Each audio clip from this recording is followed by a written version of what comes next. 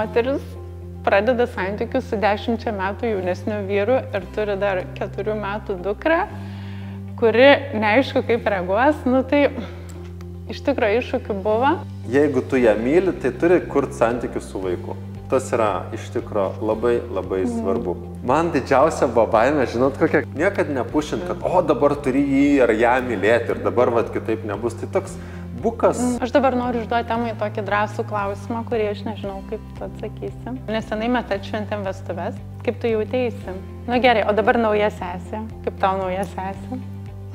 Mama būna kažką pasako ir manau, kas toks, einu, nesakyk tai. Biškai negirdim viena kitos ir tada taip įsiaudrinam abi. Ir tada jau būna, dasikapstam iki to, kad nei viena kitos nesuprantam. Bandam savo varyti ir tada labai blogai būna. Tada Mindaugas su mumis abiem pakalba asmeniškai, tada vakare būna tipo rymečias.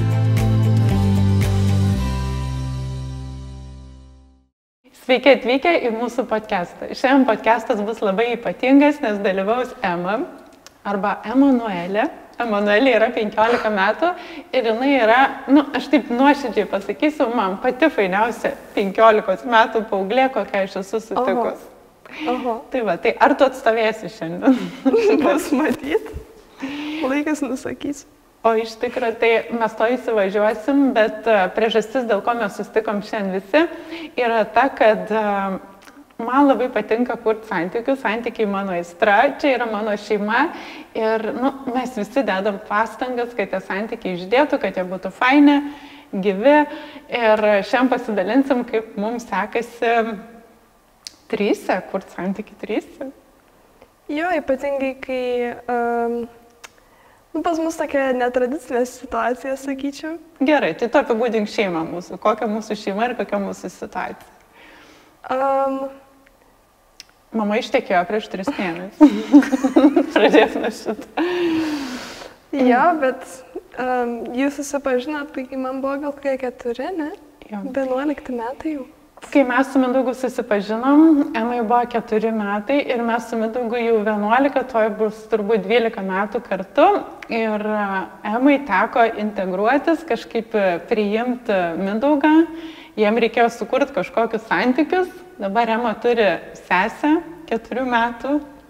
Gal kada nors irgi pristatysim podcast'e. Ir šiandien jų tikslas yra pasidalinti, kaip jie kuria tuos santykius, kaip mums pavyksta kol kas visai gražiai visiems sutart. Ir Mindaugas turi pasiruošęs keletą punktų savo pasakojimą. Iššūkių buvo. Tai Mindaugas šiandien pasidalins apie tai, kas jam padėjo sukurti santykius su Ema.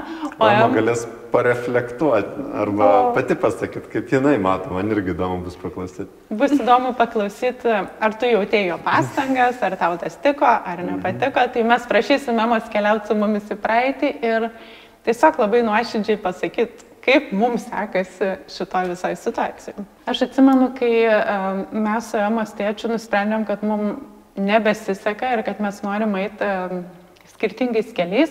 Aš atsimenu, kad šitas buvo man labai sunku, nes taip atrodė, kad viskas. Kad man neišeis duoti jai gražios vaikystės, kad jinai nesijaus tada nei mylima, nei tokia svarbi. Turbūt kiekvienai mamai, kurie eina per skyrybų procesą, tas nerimas yra. Ir aš žinau, kad nuoširdžiai nežinau, kaip man pavyks išbalansuoti. Pirmiausia, tai skyrybas, o paskui darbo vienas iššūkis Mindaugo atėjimas. Ir žinot, moteris pradeda santykius su 10 metų jaunesniu vyru ir turi dar 4 metų dukrą, kuri neaišku kaip reaguos. Tai iš tikrųjų iššūkių buvo, bet man atrodo, kad ta meilė viens kitam ir tas norėjimas, kad viskas būtų gražu ir atliepimas į kitų poreikius labai gražiai veikia. Tai va. Bet mes apsirengę vienodai netyčia. Netyčia. Jie iš tikrųjų visai gerai vaibina tokiam realiam gyvenimui. Aš dabar žiūriu ir galvoju, šiaip interpas, bet mes savo visai gerai sueinam. Iš tikrųjų jie labai gerai sueina. Ir dabar įdomiausia dar toks prasidėjęs dalykas, kad Ema, iš ko tu dažniau skolinėsi rūbas? Oi, čia tada atrodo, čia jau matas, čia net nesantykio matas. Atrodo, kad čia aš skolinusi, bet tas irgi man duoda. Bet Mindaugo rūbai tau tikrai patinka. aš nežinau, kodėl, bet tema dažnai nueina į Mindaugo spintą, galiu šitą švarką arba galiu šitus baltinius, taip. O pas mamą net neklausia. Aš galiu tą priimti net truputėlį asmeniškai, bet šiaip jų santykiai tikrai geri, faini. Ir tu, Mindaugai, pasidalink, kas tau padėjo, nes man atrodo, kad aš daugiau tokia esu stebėtoja, Ema dar buvo vaikas, o tu buvai toks, kur Mindaugas buvo ekspertas, integracijos ekspertas. Aišku, gal pirmas dalykas, nuo kurio viskas prasideda, tai kad jeigu ateini santykius su moterim, kuri vaiką turi, tai jeigu tu ją myli, tai turi kurti santykius su vaiku. Tas yra iš tikro labai, labai svarbu. Man dažnai mergina sako, ką daryti, pavyzdžiui, ten, jeigu jisai nemylės tavo vaikų. Vat, pavyzdžiui, pas mus buvo tokia pradžia, kad to kaip opcijos net nebuvo. Man taip atrodė, kad jeigu aš ateinu ir aš jį įsileidžiu į savo šeimą, tai tiesiog kitaip ir negali būti. Ne? Man atrodo. Ir jeigu myli moterį, tai tu ir jos vaiką ir mylėsi ir priimsi. Tai tu nuo pat pradžių buvai toksai, kad, aš jau ją priimsiu, ar tau bent patiko? Aš galiu pasakyti, kas man atrodys juokinga, tu irgi to nežinai ir mama gal nežino. Atrodys gal juokinga, bet žinot, kas man buvo kaip baisiausia? Kas gal iš tikrųjų net nelabai ir įvyko. Pasimatė, ar jau? Gal vieną kokį kartą, bet iš tikrųjų taip nereikšmingai. Man didžiausia buvo baimė, žinot kokia, kai aš jai kažką pasakysiu, Ema, tu darai kažką, o jinai sakys, tu mane tėvas neaiškini. Tai man šitas, labai keista, kad šitas dalykas man kažkaip atrodė baisus. Ir aš kažkaip dėl šito labiausiai pergyvenau, taip atrodo man šakas toks, bet šitas buvo, kuris man... Įdomu, o tu planavai, kada norsim taip sakyti? Ar buvo noras? Gal per paskutinius metus galvojau porą kartų, bet niekada nepasakiau. Tai va šitas buvo. Bet jinai tau taip niekad ir nepasakė. Taip man atrodo, kad niekad nepasakė, arba tas buvo taip nesvarbu, kad neužsifiksavo. Bet šiaip, kad ir moteriai yra visokių tokių sunkių ir baimių, visokių kaip su vaiku, taip ir vyrų yra, baisu va tokie dalykai, kurie gal atrodo, Ką reikia daryti su to tokiu rėkiančiu paaugliu, tu mane tėvą. Yra šitas dalykas, kad, ta prasme, aš kiek ir kalbėjau su kitais vaikais, paaugliais, kurie mano situacijoje yra, kad tie tėvų, ten nauji vyrai, žmonos, jos nėra kaip autoritetas labai kažkoks kaip tėvas, tu man daugiau kaip draugas. Tai čia gal pirma iš taisyklių, aš sakyčiau, aš jau pasižymėjau į telefoną kelias tokius punktus, kai mes pradėjom taip gvildent kalbėti apie šitą temą, tai Gema gerai vardino. Bet mano tas nuo pat pradžių ir intencija buvo, aš kažkur ar perskaičiau, ar išgirdau, bet mano buvo... kad aš nebūsiu tau tėvu, nes tu turi jau tėvą ir jisai yra geras, jisai yra tavo tėvas ir aš net neturiu taikyti į jo vietą ar kažkaip ten vaidinti kažką. Tai aš nuo pat pradžių, kaip ir tu pasakei, sąmoningas sprendimas yra būti, tokiu geru draugu. Jeigu, aišku, tai mes taip ir, man atrodo, gyvenam, jeigu man kažkas ar kliūna, aš tau pasakysiu, gal kažkaip kitaip, ne? Bet jokio nėra tokio, tu čia dabar, ar tu jauti tą draugiškumą? Toks gali būti, Jo, nes, aš įsivaizduoju, kaip turėtų būti sunku, kad ir mažam vaikui suprasti, aš dabar jau vis tiek vyresnė, bet jeigu ten ateitų kažkoks naujas vyras pas mane į namus, pradėtų man aiškinti, kaip gyvenu, tai aišku, tu mane tėvas, ką tu darai. Tai bet tiesiog kažkaip, aš tai Mindaugo nematau kaip tokio asmens, kur ten, aišku, jeigu kažko nori, žinai, kad mane leistų, tada Mindaugui atsiklausti. Tu taip darytum mane, aš čia tokį pavadinį. Nesudarius jo, bet... Ir kaip? Kokia situacija? Nepamenu, bet... Ta prasme, vis tiek, kai klausi kažko ir nori atsiklausti, vis laiką mamos klausi. Mindaugas, ta prasme, jis į mane paveža kažkur, kartais pasiema, bet kažkaip, Pinigų rekvestai eina dažnai Mindaugui? Jo, nedažnai. Tai pinigų rekvestai, pavežimai, bet šiaip mes iš tikrųjų labai gražiai ir taip darniai gyvenam turbūt nuo pat ryto. Ir man nuo pat pradžių, ar nuo ir nuo pat pradžių, ir nuo pat ryto, ir kažkaip jie atsikelia ir jie tikrai turi daug visokių interakcijų, ne, mes daromės kartu pusryčius, paskui ten visada kalbam, kas ką veikia, nu tai man atrodo, kad pas mus tos gyvybės ir kasdieniam gyvenime daug ir nėra, kad jis tai tik paveža, nu mes visą laiką kažką veikiam. Kiekvieną dieną. Čia vėl, taip iš pokalbių išeina, bet irgi atitinka tą, ką aš užsirašęs, iš esmės, kad aš nuo pat pradžių, kai buvo ir 4 metai, dabar daugiau, aš žiūriu, nu, ko jai reikia. Nu, aš irgi stengiuosi jai atliepti jos tos poreikius, ar kokie jie būtų. Tu tą jauti, ar... Jo, bet ta prasme, vis tiek kažkaip, sakau, šiaip ar taip man Mindaugas niekada nebus tėvas. Aš nesakau tai kaip blogą dalyką, bet tiesiog tai yra tiesiog dar vienas mano šeimos narys, kuris čia atėjo, kuris mano mamą myli ir mano mama myli jį ir toks, nu, man atrodo, kad tai svarbu suprasti. Kad neturi vaidinti kažko, ko tu nesi ir nebūsi. Ir, nu, atrodo, tas ir esmė turi. Aš iš savo pusės, kuo galiu pasidžiaugti, tai mes darysim atskirą podcastą apie santykius su Ema, bet aš visada iš tavęs jaučiau tą tokį, kad tu irgi nori, kad aš būčiau laiminga ir kad tu visada, nu, taip buvai mano pusėj, žinai. Man šitas buvo, nu, kažkaip, ne, beprotas svarbu, nes Ema nuo pat tokios, nežinau, kokių 4-5 metų, jai buvo toks visą laiką, aišku, ir tą tėtį jinai labai mylėjo, ir jinai norėjo mamą padaryti laimingą, ir jinai norėjo, kad ir Mindaugas integruotųsi. Tai kažkaip tu kaip vaikas, tai su ta užduotim labai gražiai susitvarkėjai. Bet šiaip man labai sunku pagrįsti, nes aš kažkaip nepamenu, bet, nu, jeigu taip sakai. Ir jinai nuo pat kaip mažytė buvo. Mindaugas kažkaip, mes labai neskubėjom ten su tuo, nežinau, kada pasiėmėm už rankų, ne, kartu, tai... Mes tą sąmoningai sprendėm, mes tikrai nebuvo, kad ten susikabinę, ten bučiuojamės, ar kažkaip mes tą ilgai nuo jos slėpėm. Man šitas dažnai užkliūva santykiuose, kai va tik tai prasideda nauji santykiai ir juose dalyvauja vaikai ir ten, žinot, negali vyras nuo moters atsiplėšti. Man kažkaip šitas atrodo, nėra toks adult, toks... Mes labai lėtai ir labai taip visai, taip kaip sakyt, aš, kaip darydavau su jie ten kokius darbelius, būdavo, reikėdavo darželį paruošti, aš ten sėdėdavau su jie, kažką krapštydavau, dar kažką darydavau ir taip žingsnis po žingsnio, mes, man atrodo, pirmus metus net prie Emos net nebuvom už rankų susikabinę, tiesiog yra draugas, kuris atvažiuoja, pabūnam, kažkur važiuojam, atrodo fainai kažkaip. Jo, jis atėjo į darželį, ten buvo žibintų šventė, mes kartu paplojom, bet tiek buvo Mindaugo. Paskui ten reikėjo dviratuką sutvarkyti, tada vėl Mindaugas padėjo, paskui, aš atsimenu, mes pirmą kartą, net kai Mindaugas miegojo kartu su mumis vienoje erdvėje, tai buvom kažkokią Mandalos festivalį, gal atsimeni. Ir aš atsimenu, kad aš jai tada pasakiau, kad mes visi miegosim vienoje palapiniai ir aš taip jaučiau, kad, toks biški buvo, ne, tu neatsimeni šitą? Ne, nepamenu, bet...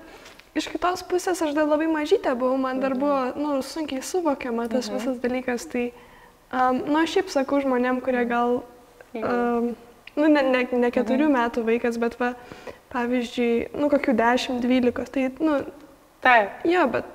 Man atrodo, būtų taisyklė neskubėti ir vis tiek negali atmesti vaiko, jeigu jis yra, ir turi su juo kurti santykius, o santykių kūrimas yra vis tiek žiūrėjimas, kas tam vaikui svarbu ir kas nesvarbu galų gale.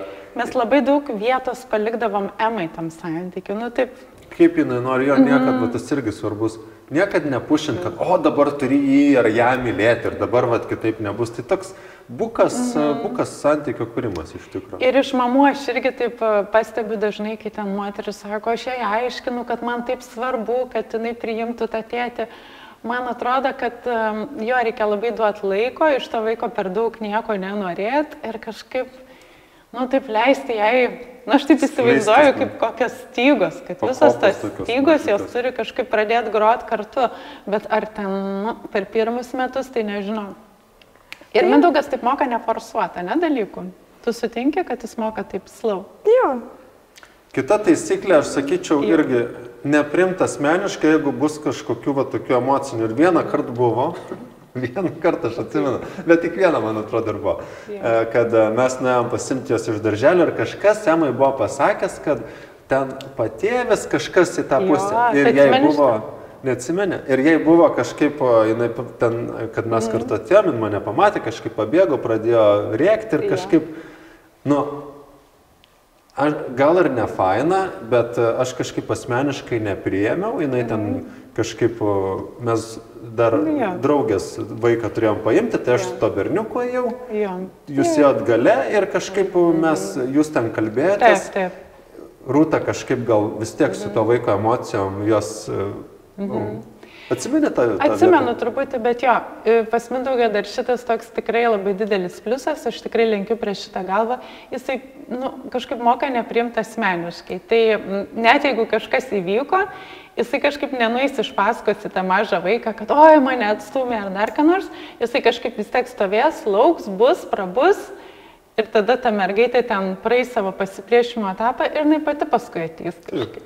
Ir, tas, kad, nes, iš tikrųjų, reikia suprasti, kad tam vaikui irgi, dideli pokyčiai, atėjo kažkoks naujas žmogus, ten mylimas žmogus iš jo, toks dideli pokyčiai, tai reikalauti iš jo, kad jis ten tavęs gal nepadroš emociškai, tai man atrodo net, kvaila tikėtis. Aš dabar noriu užduoti temai tokį drąsų klausimą, kurį aš nežinau, kaip tu atsakysi. Bet čia mes tiesiog būnam labai atviri. Ir ar tu sakytum, kad pas vaiką visada širdį yra tas, kad jisai nori matyti tėvus kartu? Ar tu nori, kad tavo tėvai būtų kartu, pavyzdžiui? Labai sunkus klausimas, nes... Labai šitas. Už tai ir tau ir užduodu. Tarsi nėra sunkus jisai, bet... Trikis, tai trikis. Ta prasme nėra vieno atsakymo, nes aš kaip ir... Tai aš noriu pažiūrėti, kaip tu išsisakys. Ta prasme, racionaliai aš žinau, kad jim nebūtų gerai kartu. Bet aš vis tiek to norisi kažkaip, žinai. Giliai viduje vaikui kažkaip norisi tų tėvų kartu. Jo. Jūs man biškai neleidžiate įsitarpti. Tai gerai, mes už tai iširban. Tai gerai. Aš norėjau kažką pasakyti, bet aš pamečiau mintį. Gerai, palaukim. Žodžiu, jūs taip, aš čia stoviu vidury tiesiog, tai jūs biškai... Gali kamerą kalbėti. Aš nenorėčiau, kad jūs būtumėt kartu, bet kažkaip tos šeimos vis tiek norisi kažkaip... Labiausiai tai mane užknisa krautis daiktus ir važiuoti iš namų į namus, iš namų į namus ir taip. Tai va, tai ar tas yra, kad čia, žinot, taip, oi, čia mes visi mylim viens kitų. Aišku, taip yra, bet ar pas ją yra tų jausmų, tai man atrodo, kad jų yra ir man atrodo, kad tu labai gražiai tvarkaisi. Bet čia dar Emos yra toks, aš nežinau, iš kur šitas atsirado, kad jinai pati labai turi tas savęs susivokimą ir savęs jausmų supratimą ir nėra, kad jinai nesupranta, kas vyksta, nesupranta, iš kur ten ateina visuomet, kažkaip pas tavai yra tas toks labai adult, toks suaugusio, toks, Pas ją yra toks, kad tu jai gali bet kokį praktiškai klausimą užduoti ir jinai kažkaip pati tu matai, kur čia yra emocijos, kur čia yra. Jinai supranta, kodėl jinai gal blogai jaučiasi galva. Noriu, bet taip yra. Aišku, daug kas, man atrodo, paauglių neturi tokio, ne? Bet tai, ne, ta prasme, aš vis tiek kartais reaguoju, aš žinau, ką aš darau, bet aš vis tiek, negaliu nereaguoti emociškai, pavyzdžiui. Pavyzdžiui, ką? Tiesiog, tu žinai, kad tu emocinis esi, bet tu negali to pakeisti ir tada toks, toks biškai nusivylimas. Tai ką tu darai, kaip tavo ateina ta emocija?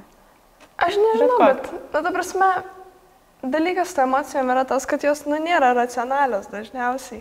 Tai kai tu supranti, kas su tavimi yra, bet tu, ta prasme, tu su savo racionaliu mąstymu, loginiu, tu negali nuvaryti tų emocijų, nes emocijos yra emocijos. Bet tu puikiai susitvarkai per tas dienas. O tai kaip tu jas nuvarai? Aš nežinau, man nelabai jų kyla.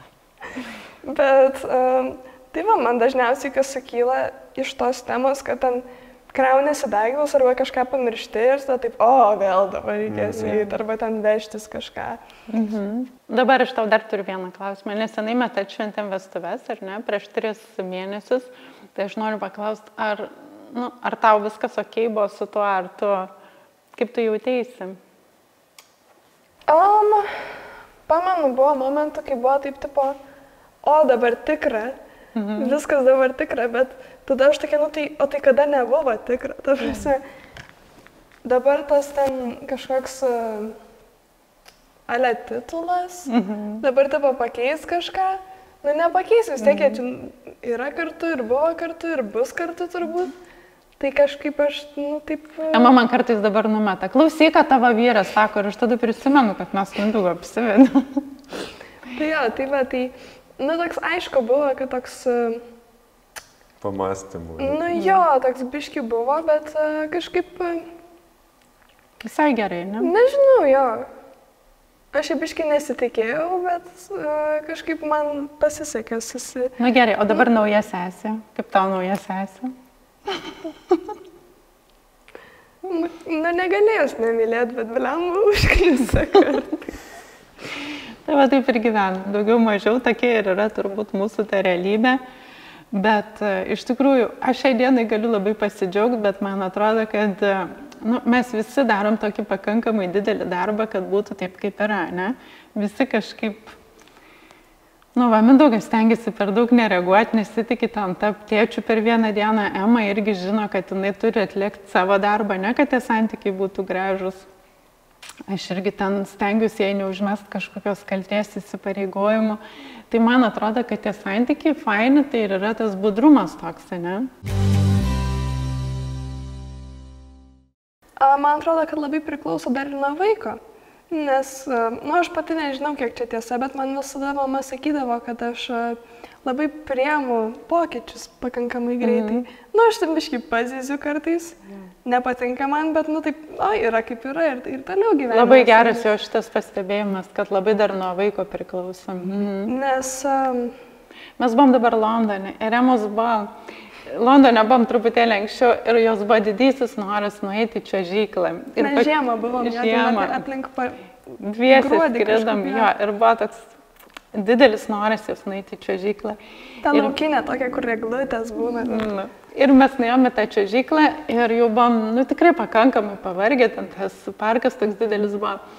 Ir pažiūrėjom, kad reikėtų ten 2 ar 3 valandas laukti, nes nebuvo seansų. Ir Ema taip... Ir tokia labai labai nusiminė, bet kokiam, nu taip, 10 minučių. 5 gal. 5, bet toks buvo visiškas nusiminimas toks. Ne, ir taip aš matau, jie sakė, nelauksim, mama, nelauksim. O paskui, kaip tu ten pasukai visą situaciją? Aš nepamenu. Mes ėjom lošti tų žmogeliukų, tų... Kažkokių pliušinių žaisliukų, jau. Ema sako, ai, žinai, geriau tada einam ir ten pašaudyti ar padaryti kažkokius tai... kažką kitą ir sako, tada mes... Ir taip greitai situacija pasuko kitą kryptim ir mes ten laimėjom kažkokius meškiukus ir jinai jam davė vardą ir jinai su jo fotografavus ir taip pati save labai greitai išvedė iš vienos situacijos į kitą. Ir aš kažkaip Emai sakau, va, tavo yra tokia stipri vieta, kad tu labai greit pakeiti kryptį. Aš jau žinojau, kad mama šitą istoriją jums papasakos, kai užsiminiau, bet jo, tiesa. Pavyzdžiui, mūsų kita dukrytė niekaip nenori keisti krypties. Jinai, jeigu pasakė, kad bus taip, tai žinau, kad visi aplinkui tada arba turės pasisukti kartu su ją, arba tada kentėti jos prastą nuotaiką. Tai šita visai kitokia. Jūs dar žinot, kokį pamiršot pasakyti dalyką? Mindaugas niekada turbūt per tą 11 metų nėra užvaręs ant Emos tėčio. Mama turbūt žymiai daugiau varo ant mano tėčio. Ir mama būna kažką pasako ir Mindaugas toks, nu nesakyk tai. Tas svarbu, man atrodo. Jo, Mindaugas mane sustabdo, nes, žinot, būna tas gyvenimiškos situacijos, ten stovyklos, reikia pinigų, reikia nuvežti, reikia paimti. Ir mes ten su juo turim kokią komunikaciją, kuri mane visada patinka ir aš tada paleidžiu kokį komentarą. Bet dažniausiai švelnu, taip? Ar ne? Ar būna visokių? Būna visokių, galbūt suprantu šitą. O Mindaugas būna tas, kuris sako, ne, nesakyk, čia yra jos tėtis arba ir viskas. Tai man atrodo, šitas padėjo, ar ne? Ar jeigu jisai būtų biškai užvarinėjęs ant tėčio, ar būtų pagadinęs, ar ne? Tai aišku, būtų pagadinęs. Taigi norėtum ginti ten. Nu, tai... Jo, tada atsiras toks priešiškumas. Aišku. Tai va, tai šitą taisyklę nepamirškit, jeigu norit sukurti gerus santykius, tai sakyčiau, kad šitą sunku padaryti. Aplamai Mindaugas toks labai yra, jis labai tvirtai taip stovi ant žemės, man atrodo, mes su mama tokios labai visur. Jo. tokias emocinės, o Mindaugas dažniausiai būna tas žmogus, kuris ten mus, nežinau, Įžemina. jo, mes būna susipykstam, tada Mindaugas su mumis abiem pakalba asmeniškai, tada vakare būna, tipo, rymečas, tada... O kas yra rymečas? Mes dažniausiai susipykstam, Jo. tada išsiskirstam, tada Mindaugas su mumis pasikalba ir tada mes vakare susitinkam Jo. ir vėl išsiaiškinamus. Dabar buvo tokia pakankamai sudėtinga situacija, mes buvom išvažiavę į Druskininkus ir mes su Ema apsipykom telefonu, bet grinai iš tokio orinio dalyko. Ir apsipykom telefonu ir, žinot, prasidėjo tas ten, tu nevertinu, tu nedėkinga, kam aš tau reikalinga ir tai buvom labai įsivažiavę. Bet jo, dar norėjau pridurti prie šito, paskui nepamestume minties, kad, kad mes kaip visi ir pykstamės ir kažką mes stengiamės šito labai vengti, man atrodo. Kiek galima daugiau pyktis veidų, nes Jo. Per žinutės per žinutės tragedija būna, ten Jo. išsikraipo vaizdas, tu pas susikuri intonaciją ten. Jo. Ema, iš tikrųjų, Ema labai labai protinga, protinga. jinai saugus ne pagal savo amžių, iš tikrųjų. Tai dėl to man ir sekasi, turbūt su ja visai neblogai. Nes labai prastai būna tada. Tai va, tai buvo taip, kad mes su ja susikirtom, grinai per žinutės. Ir paskui telefonu bandėm pakalbėti, bet jų buvo negalima tos sniego gniuždės sustabdyti, ne? Jis jau buvo pakankamai didelė. Ir aš atsimenu, kai Mindaugas ten nuėjo į tokią, nežinau, laukimą į tokį, pasiėmė telefoną ir taip sėdė ant sofas ir aš girdžiu, kaip jis sako, nu, įsijung FaceTime. Nieko, įsijung. Ema ten kažką taip įsivaizduočiau. Aš ten sėdžiu apsižliumbus, vadari žaliaką, bet ten kažkur numečiau dviratį. Jo. Ir paskui taip mes su Kamilyte išėjom ten pasivaikščiot kažkur ir grįžom po valandos. Ir jisai sėdi toj pačioj vietoj ir aš sakau, Mindaugas. Tada jisai grįžo po 1,5 valandos, sakau, važiuojam į Kauną. Ne, sako, viskas gerai. Jau nuėjo ta banga, išsikalbėjom viską. Ir iš tikrųjų Mindaugas ateina, kai mes su Ema jau nebegalim susikalbėti. Ir jisai tada tokią gana neutralią poziciją užima. Kaip tu pavadintum savo poziciją? Nežinau, jo suderinimas, kažkaip aš neturiu, kad ar Ema blogai padarė, ir čia, žinai, jis skaudino mamą ir mama dabar blogas žmogus, ne aš turiu, kad mama, žinau, kad, nu, ir tu matai kažkaip išsikreipė, ir Ema išsikreipė ir ten, žinai, toks, kažkaip bandai suderinti ir suprast, kame. Tada, kai buvom Druskininkose, tai aš norėjau suprast, kame ji yra ir ar mums reikia važiuoti ar ne. Gan tokia specifinė situacija buvo, bet... Aplamai kažkaip mes, nu čia gal biškai kitam epizode daugiau paliesim šitą, bet mes su mama, kai susipykstam, tai mes turim tokią tendenciją, kad mes biškai negirdim viena kitos ir tada taip įsiaudrinam abi. Ir tada jau būna, dasikapstam iki to, kad nei viena kitos nesuprantam, bandam savo varyti ir tada labai blogai būna, bet... Labai būna blogai. Per kiekvieną konfliktą, tai toks išsikreipė. Ir tada Mindaugas būna kaip mediatorius. Tai neblogai iš esmės. Bet labai juokinga būna, kad jūs ten kartais būna susikertat ir mama tikisi, kad aš irgi pamedijuosiu, aš tik išeinu iš kambario ten su ausinėm ir su jogurtu ranku ir mama sako, tai ką tu manai, Ema, ir aš tokia... Bet Ema, žinokit, tai irgi labai... Protinga. Jinai sako, jinai žino, kad nesu vienu, nesu kitu, žinai, nesakysi, kad tas blogas ar tas... Jinai niekad nesako, jinai, žinokit, tokia gudri yra. Pavyzdžiui, aš jeigu su Mindaugu pykstasi, paskui sakau, Ema, ar tau taip atrodo, kad jisai toks, sakau, pasakyk, vat mum iš šalies, nes Mindaugas nesupranta, kaip aš jam sakau. Ir jinai nesako. Ema su ausinėm ir su jogurtu. Aš ką tik atsikėliau. Jinai niekada nepaima jokios pusės. Bet čia yra grinai strategija, nes jeigu aš paimsiu mamos pusę, tada dings mano benefitai iš Mindaugo pusės, jeigu paimsiu Mindaugo pusę, tada dings iš mamos ir taip. Taip mes ir naviguojam. Paskui taip, tai ką tu manai, jis teisus? Ir žodžiu. Bet paskui, kai praeina ta emocija, jinai ateina ir sako, kodėl tu man vėl tą patį daryti, tu vėl bandai mane įtraukti tą visą ugnį. Aš labai diplomatė. Jinai žiauriai diplomatiška. Tai va, taip mes ir gyvenam, atostogaujam kartu, važiuojam visur kartu, jie daro kažkokius dalykus kartu, kartais bandė nardyti, nelabai pavyko. Man labai patiko. Man nepavyko. Nepavyko. Man labai patiko, aš norėjau. Žaidėm su pagaliukais. Žaidžia su pagaliuku. Žaidėt jūs, jo, jie kartais daro kažkokius žaidimus tokius visai. Apie knygas kalbam. Apie knygas, jie turi savo bendrų interesų ir man atrodo, kad nežinau, visai gerai sekasi, kaip toliau bus, matysim, ne? Mes jau po truputėlį norim užbaiginėti šitą podcastą, tikiuosi, kad jums patiko. Mes jokių būdų nesam ekspertai, psichologai ar dar kažkas, esam tiesiog šeima, kuri ieškom būdų gyventi gražiai, kažkaip susitart ir kartais gaunas, kartais ne. Jo, tai mes tiesiog norėjom pasidalinti kaip ir mūsų patirtim, kaip viskas sekėsi. Gal jūs kažką panaudosite šito mūsų epizodo? Gal ne, gal veiks, gal ne, bet... Gal veiks, ne. Palikit komentarą. Nu, Palikit komentarą. Mano punktai, sakyčiau, pakankamai universalūs. Tu taip manai? Jo, manau jo, bet... Neinant į detalės, kad vis tiek ir turi ir mylėti vaiką, ir atkreipti jo poreikius, ir nevaryti ant tėvo, ir suprast, kad reikia laiko, ir neprimti asmeniškai visų dalykų. Jas ar ne, Ema?